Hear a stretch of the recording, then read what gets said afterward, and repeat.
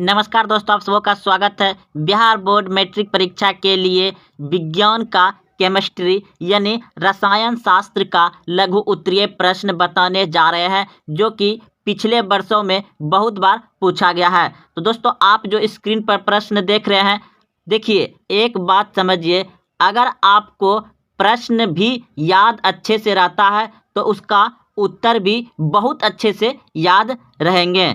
तो पहले हम प्रश्न बताएंगे, उसके बाद सभी प्रश्न का उत्तर सरल भाषा में समझाएंगे और एग्जाम में आपको लिखने के लिए कहता है कि आप अपने मन से लिखिए। तो अगर आप समझे हैं प्रश्न का उत्तर तो अपने मन से वहाँ लिखने के लिए कह रहा है, ये नहीं कि आप सेम टू सेम लिख दीजिए किताब की तरह से। जो समझे हैं उसी को लघु उत्तरीय प्रश्न और दीर्घ उत्तरीय प्रश्न में लिखना है। तो देखिए, पहला प्रश्न है कि बुझा हुआ चूना का आणविक सूत्र लिखें। तो दोस्तों, ये तो आपको सूत्र याद रखना पड़ेगा, ये आपको ऑब्जेक्टिव में पूछेगा। देखिए, यहाँ 2 नंबर और 3 और 5 नंबर सभी तरह का क्वेश्चन पूछ सकता है। तो 12 नंबर प्रश्न है, श्वेत रंग का सिल्वर क्लोराइड सूर्य के प्रकाश में किस रंग का हो जाता है? श्वेत रंग का सिल्वर क्लोराइड सूर्य के प्रकाश में किस रंग का हो जाता है? अगला प्रश्न है 13 नंबर प्रश्न है कि अम्ल और क्षार की जांच के लिए किन्हीं एक प्राकृतिक सूचक का नाम लिखें। तो इसका भी दोस्तों बहुत अच्छे से आपको बताएंगे आंसर, जो कि 2 नंबर से पूछा जाएगा। अगला प्रश्न है आपका, एक द्रव्य ओ धातु का नाम बताइए। एक द्रव्य ओ धातु का नाम बताइए। तो आप सभी को मन में याद आ गया होगा, अगर आप पहले से द्रव अवस्था में धातु 2 गो ही पाया जाता है, जिसमें से कि आपको एगो पूछ दिया है ओ धातु, तो आपको याद आ गया होगा। अगला प्रश्न है कि दूसरे आवर्त में कितने तत्व होते हैं? दूसरे आवर्त में कितने तत्व होते हैं? अगला प्रश्न है, रेडॉक्स अभिक्रिया क्या है? एक उदाहरण दें। 17 नंबर प्रश्न है, पीएच स्केल क्या है? रक्त का पीएच मान लिखें। अगला प्रश्न है 18 नंबर, निम्न का यूपीएससी नाम लिखें। तो दोस्तों, इसका नाम लिखना है, ये जो आपके सामने संरचना बना हुआ है, यह संरचना का नाम क्या है? इस संरचना का नाम क्या है? 3 संरचना दिया गया है, इस संरचना का आपको नाम लिखना है और इसका सूत्र भी। तो इसे आसान तरीका से बताएंगे। अगला प्रश्न है आपका, आधुनिक आवर्त सारणी मेंडलीव की सारणी से कैसे बेहतर है? 3 कारण दें। इसके एक उदाहरण दें। संरक्षण से बचाव के 3 उपाय बताइए। तो चलते हैं दोस्तों प्रश्न की ओर। प्रश्न पढ़ेंगे और उत्तर बताएंगे। तो आप सभी प्रश्न को भी याद रखिए। तो देखिए, उत्तर में आपका सबसे पहला प्रश्न क्या था कि बुझा हुआ चूना का आणविक सूत्र क्या है? लिखें। बुझा हुआ चूना का आणविक सूत्र होता है CaOH2। आप देख रहे हैं स्क्रीन पर, याद अच्छे से कर लीजिए। बुझा हुआ चूना का आणविक सूत्र क्या हुआ? सीधा याद रखिए कि बुझा हुआ चूना का सूत्र क्या होता है? CaHO2। और अगला प्रश्न 12 नंबर प्रश्न था आपका। 12 नंबर प्रश्न था, श्वेत रंग का सिल्वर क्लोराइड सूर्य के प्रकाश में किस रंग का हो जाता है? श्वेत रंग का सिल्वर क्लोराइड सूर्य के प्रकाश में किस रंग का हो जाता है? तो आपके सामने आंसर दिया गया है 12 नंबर का, धूसर रंग का हो जाता है। अगला प्रश्न है 13 नंबर प्रश्न था, अम्ल और क्षार की जांच के लिए किन्हीं एक प्राकृतिक सूचक का नाम लिखें। तो लिटमस हो जाएगा, अम्ल और क्षार। देखिए, जो ये अम्ल और क्षार, अम्ल क्या होता है? अम्ल होता है आपका पीएच मान। अम्ल जितना भी आएगा ना, तो उसका पीएच मान कितना होगा? 7 से कम होगा। अम्ल जो होगा 7 से कम होगा। तो लिटमस जो है ये 7 से कम है। अगर कहता क्षारीय लिखने के लिए तो आप रक्त लिख देते हैं, क्योंकि रक्त का पीएच मान कितना होता है? 7.4 होता है। अगर कहता आपको उदासीन लिखने के लिए तो उदासीन का मान कितना होता है? 7 होता है। तो याद रखिए कि अम्ल का पीएच मान यानी अम्ल का जो pH मान होता है वह 7 से कम होता है, उदासीन का pH मान कितना होता है 7 होता है, और क्षार्य का pH मान हमेशा 7 से अधिक होता है। अब अगला प्रश्न था आपका 14 नंबर प्रश्न था, एक द्रव ओ धातु का नाम बताइए। एक द्रव्य ओ धातु का नाम बताइए। तो एक होता है कौन, पारा, और दूसरा ओ धातु भी है ब्रोमीन। आपके सामने आंसर है। तो ये ऑब्जेक्टिव था। और अगला प्रश्न है आपका 15 प्रश्न था, दूसरे आवर्त में कितने तत्व होते हैं। तो दूसरे आवर्त में तत्व होता है 8। दूसरे आवर्त में कितने तत्व होते हैं, 8 होते हैं। आप पीछे करके आप क्वेश्चन भी एक बार पढ़ सकते हैं। तो चलते, या तो प्रश्न को आप लिख लीजिए, छोटा छोटा प्रश्न ही है और ये सभी इंपॉर्टेंट है।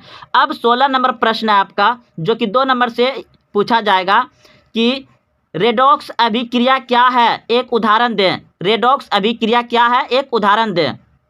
तो 16 नंबर यहाँ पे उत्तर में लिखिएगा, उत्तर में नंबर दीजिएगा और लिखिएगा, किसी अभिक्रिया में एक अभिकारक उपचयित तथा दूसरा अभिकारक अपचयित होता है, ऐसे अभिक्रिया को रेडॉक्स अभिक्रिया कहते हैं। तो दोस्तों इसमें कुछ नहीं है, बहुत अच्छे से आप समझ गए। इसमें सिर्फ उपचयित और अपचयित, उपचयित और अपचयित लगाना है। यानी पहला क्या होता है, फिर से सुनिए। अगर आपको प्रश्न पूछ दिया जाए कि रेडॉक्स अभिक्रिया क्या है, रेडॉक्स अभिक्रिया क्या है, एक उदाहरण दे, तो लिखिएगा उत्तर में, किसी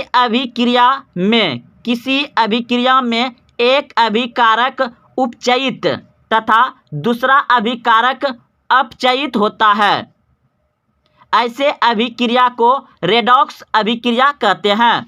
तो अगर आप यहाँ पे देखिए समझा सकते हैं, ऐसे भी आप वहाँ पे बना सकते हैं। जैसे कि यहाँ पे लिखा हुआ है CuO+H2, उसके बाद फिर लिखा है Cu+H2O, इसको इस तरह से लिखा गया है। तो इसमें देखिए ये वाला जो लास्ट वाला जो मिल रहा है इसे क्या कहते हैं, उपचयन, और शुरुआत जो मिल रहा है शुरू वाला को क्या कहते हैं, अपचयन। तो आप इस तरह से दिमाग में बैठा लीजिए कॉपी में लिख करके। तो चलते हैं अब अगले प्रश्न की ओर।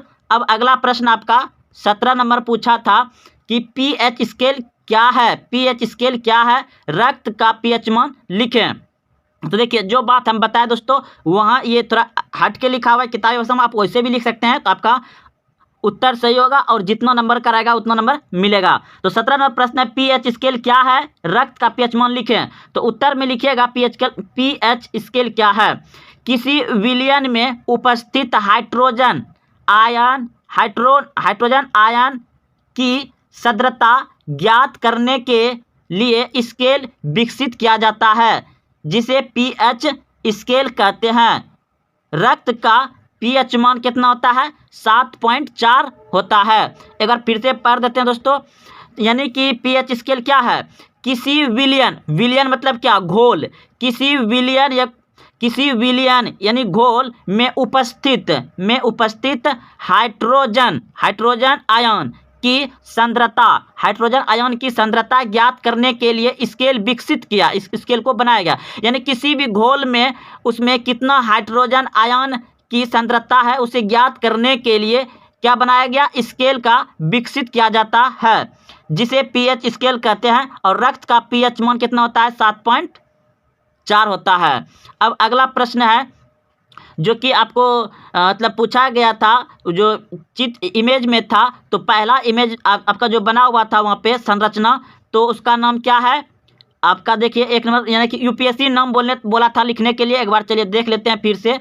ये इसका 1 नंबर में, हाँ 1 नंबर के ये जो संरचना देख रहे हैं ये होगा आपका 1 नंबर का, और ये होगा आपका 2 नंबर का, और ये होगा 3 नंबर का संरचना का नाम। दोस्तों इस तरह का प्रश्न कई बार पूछा गया है और ऑब्जेक्टिव में भी पूछ सकता है, या आपको 2 नंबर में बनाने के लिए पूछ सकता है, तो इसे याद जरूर रखें।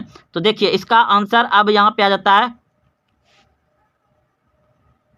तो 1 नंबर में क्या है संरचना का नाम, क्लोरोप्रोपेन, दूसरा क्या है मिथनेल, तीसरा क्या है प्रोपीन। अब अगला प्रश्न है 19 नंबर प्रश्न है, आधुनिक आवर्त सारणी मेंडलीव की सारणी से कैसे बेहतर है, 3 कारण दें। तो देखिए यहाँ पर आप उत्तर में लिखिएगा, आधुनिक आवर्त सारणी परमाणु संख्या पर आधारित है। आधुनिक आवर्त सारणी परमाणु संख्या पर आधारित है। जो तत्वों का मौलिक गुण है, जो तत्वों का मौलिक गुण है। मेंडलीव की आवर्त सारणी परमाणु भार पर आधारित है। तो दोस्तों यहाँ पे ही एक कारण पकड़ा गया।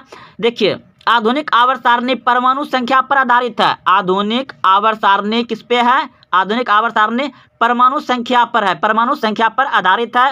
और मेंडलीव की आवर्त सारणी परमाणु भार पे है, परमाणु संख्या और इसका क्या है? भार पर आधारित है। एक ही तत्व के कई परमाणु भार हो सकते हैं। एक ही तत्व के कई परमाणु भार हो सकते हैं। अब देखिए यहाँ पर 2 नंबर, ये 1 नंबर था, ये अब 2 नंबर। मेंडलीव की सारणी में अनेक विसंगतियां हैं। आधुनिक आवर्त सारणी में इन विसंगतियों को दूर किया गया हो। ये दूसरा था। अब देखिए तीसरा था। तीसरा अब कह रहा है कि आधुनिक आवर्त सारणी में मेंडलीव के उपवर्ग ए बी को हटाकर नए सिरों से 18 वर्ग बनाए गए हैं। इसे तत्व की स्थिति अधिक स्पष्ट हो जाती है। तो दोस्तों ये तीनों था आपके सामने में, देख रहे हैं, ये तीनों था। आप अच्छे से समझ लीजिए, पढ़ लीजिए। जैसे कि हम बताएं कि देखिए तीनों कारण एक बार फिर से देखिए दोस्तों, आप उकताइए नहीं, यानी कि आप ध्यान से हम कहना क्या चाह रहे हैं, समझाना क्या चाह रहे हैं, आप पूरा शांतिपूर्वक देखें। आपको आगे या पीछे जरूर समझ में आएगा, क्योंकि वीडियो का जो एक रेशियो होता है ना शुरू से अंत तक, उसके बीच में समझाने का प्रयास कहीं ना कहीं होता रहता है। तो देखिए, तो प्रश्न था आपका कि आधुनिक आवर्त सारणी मेंडलीव की आवर्त सारणी कैसे बेहतर है, 3 कारण दें। तो पहला कारण आप देख रहे हैं यहाँ पे कि आधुनिक आवर्त सारणी परमाणु संख्या पर आधारित है। किस पे है? परमाणु संख्या पर आधारित है। और मेंडलीव की आवर्त सारणी परमाणु भार पे है, परमाणु भार पे है। तो ये एक हो गया आपका। अब उसी में बढ़ा दिया गया है आगे। दूसरा है मेंडलीव की सारणी में अनेक विसंगतियां हैं जो कि उसको दूर किया गया है। तीसरा था आधुनिक आवर्त सारणी में मेंडलीव के उपवर्ग ए बी को हटाकर वहां नए सिरों से 18 वर्ग बनाए गए हैं। इसे तत्वों की स्थिति अधिक स्पष्ट हो जाती है। तो 20 नंबर प्रश्न आप देख रहे हैं। 20 नंबर प्रश्न में कहा गया था